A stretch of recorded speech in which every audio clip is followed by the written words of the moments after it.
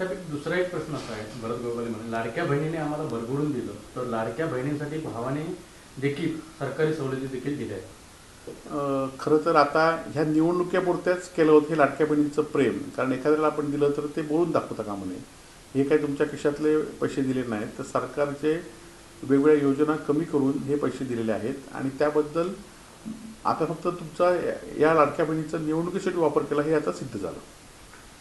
मोर्चात पक्ष एकत्र आले तर युती होते असं काही नाही. संजय राऊतांचं एकही भाकीत खरं ठरलेलं नाही असं उदय सामंत म्हणतात. नाही, खरं तर आमचा मोर्चा निघेल, आमच्या मराठी माणसाचा आवाज होईल, आम्ही दोघं एकत्र येऊ की न येऊ, परंतु तुमची एवढी पोटदुखी का होते हा प्रश्न महत्त्वाचा आहे. ज्यासाठी मोर्चा निघतो तो विषय अस्तित्वात नाही.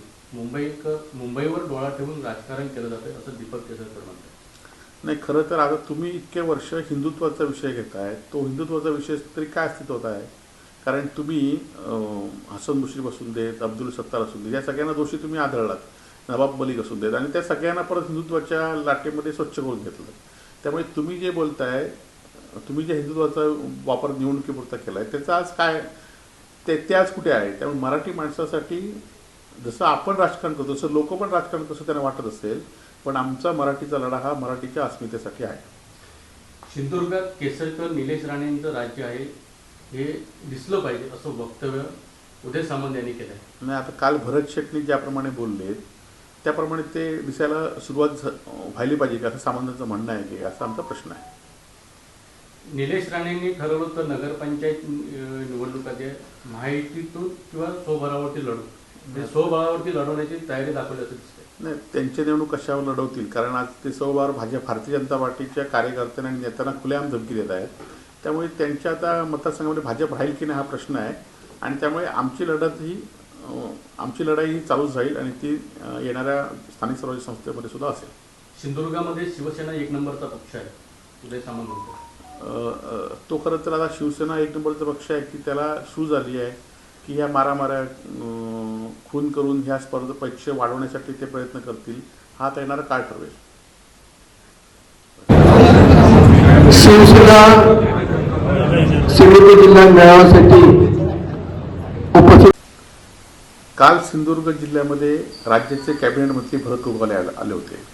भरत गोगावले हे अनेक वर्ष लोकप्रतिनिधी आहेत आणि ते खरं तर एखादं विधान करताना पाठीपुढचा भिडा ठेवत नाही अशी माझी कल्पना आहे. त्याचबरोबर मी सुद्धा त्यांच्यावर काम केलेलं आहे आणि त्यामुळे जे मनात असतं ते ओठात त्यांच्या नेहमीच असतं.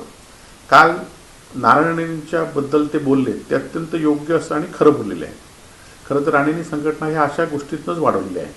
फक्त माझा भरत शेट्टींना एवढाच सवाल आहे की तुम्ही काल शिंदे गटाची ताकद वाढवण्यासाठी जिल्ह्यात आलात.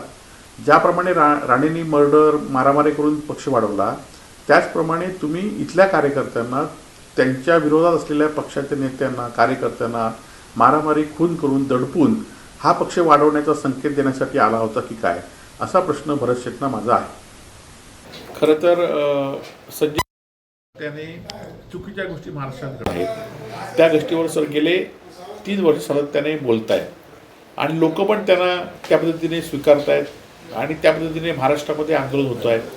आज मराठी भाषेचं सुद्धा संजय राऊतांच्या पुढाकाराने आंदोलन या ठिकाणी होतं आहे. खरं तर संजय शिरसाटांनी आपण बघितलं असाल की ज्या पद्धतीने जलीलांनी त्यांच्यावर आरोप केले, ज्या पद्धतीने त्यांनी माया जमवली, ज्या पद्धतीने त्यांनी जी प्रॉपर्टी जमवली, त्याबद्दल त्यांनी उत्तर दिलं पाहिजे आणि ते महाराष्ट्राला अपेक्षित आहे. आणि त्यामुळे तुम्ही संजय राऊत हे तुमच्यासारखे दमणारे नाही आहेत. किती दबाव आणला तरी संजय राऊत आपली भूमिका आणि शिवसेनेची भूमिका स्पष्टपणे लोकांसमोर घेऊन जाणार आहेत. खरं तर आता निलेश राणे हे कोणाचे लाभार्थी आहेत? भारतीय जनता पार्टीचे लाभार्थी आहेत की एकनाथ शिंदेंच्या पक्षाच्या तिकिटावर, एकनाथ शिंदेंच्या आर्थिक उलाढालीवर ते निवडून आले आणि त्यामुळे ते कोणाचे ॲक्च्युली लाभार्थी आहेत? की भारतीय जनता पार्टीचे त्यांचे वडील असलेले खासदारांचे लाभार्थी आहेत की एकनाथ शिंदेंच्या आर्थिक लाभामुळे निवडून आलेले लाभार्थी आहेत? हे त्यांनी आधी ठरवावं. खरं तर आधी राष्ट्रवादीकडनं आमची अपेक्षाच नाही, कारण राष्ट्रवादी ही आता अजित पवार जी राष्ट्रवादी आहे ती भारतीय जनता पार्टीचाच एक भाग आहे आणि त्यांची भूमिका ही दिल्लीवरून ठरते. त्यामुळे त्यांची आमच्या मोर्चामध्ये, मराठी माणसांच्या मोर्चामध्ये सहभागी होण्याच्या दृष्टीने कुठलीही आवश्यकता नाही आहे. तर आमचा मोर्चा हा मराठी माणसांच्या अस्मितेसाठी मराठी माणसांनी काढलेला हा मोर्चा असेल. त्यामुळे ते राष्ट्रवादीसारखे गुजरातच्या नेतृत्वावर विश्वास ठेवणारे लोक आमच्या मोर्चात सहभागी होणार नाहीत. कुठले कारखाने तुम्ही स्वतः खाजगी घेतला आणि कुठले सहकार चळवळी तुम्ही करताय की कारखानदारी करताय हा प्रश्न आहे. एक सहकार जर यशवंतरावांनी आपण पण ते मुख्यमंत्री होते, अनेक कारखाने काढू शकले असते, परंतु त्यांनी सहकारी तत्वावर कारखाने काढले. शेवटपर्यंत वसंतदादा असू देत, ते असू देत, शरद पवार साहेब असू देत, या सगळ्या लोकांनी सहकारी तत्वावर कारखाने काढले. आणि तुम्ही खाजगी करताय, त्यामुळे तुम्ही सहकारीकरणाचं कशा पद्धतीने हे केलं आहे हे 10-15 वर्षात लोकांनी बघितलं होतं. नाही, त्या संदर्भात आता काय भूमिका शासनाने घ्यावी आणि त्या भूमिकेची अंमलबजावणी काढली पाहिजे. कारण लाखो भाविक 3-3 दिवस त्या लाईनी जाऊन दर्शन घेतात आणि VIP कल्चर म्हणून त्याच दिवशी आपण लोकांचं रांगेत 3-3 दिवसल्या रांगेतल्या लोकांचा हक्क हिरावून आपण दर्शन घेणं हे दर्शन विठोबाला पण पावणार नाही आणि लोकप्रतिनिधी म्हणून आपल्याला सुद्धा ते उचित नाही आहे. नाही, शिवसेना आणि भाजप हे खरं तर एकाच नाण्याच्या 2 बाजू आहेत. खरं तर ही सगळी शिवसेना आणि शिंदेगड शिवसेना आणि भारतीय जनता पार्टी हे सिंधुदुर्ग जिल्ह्यामध्ये नारायण राणे यांच्या नेतृत्वाखाली काम करत आहेत. आणि त्यामुळे ह्यांनी किती बुजागऱ्या मारल्या आहेत. प्रत्येकाने शिंदे गटाचा काल मेळावा झाला किंवा भारतीय जनता पार्टीचा मेळावा झाला, तरी पण राणे सांगतील तसंच या जिल्ह्यामध्ये दोन्ही पक्षामध्ये होतील. कारण दोन्ही पक्ष हे राणेंचेच दोन्ही A आणि B बाजू आहेत. त्यामुळे ह्यांनी किती शारक्या मारल्यात तरी स्वबळावर ही निवडणूक लढू शकत नाहीत.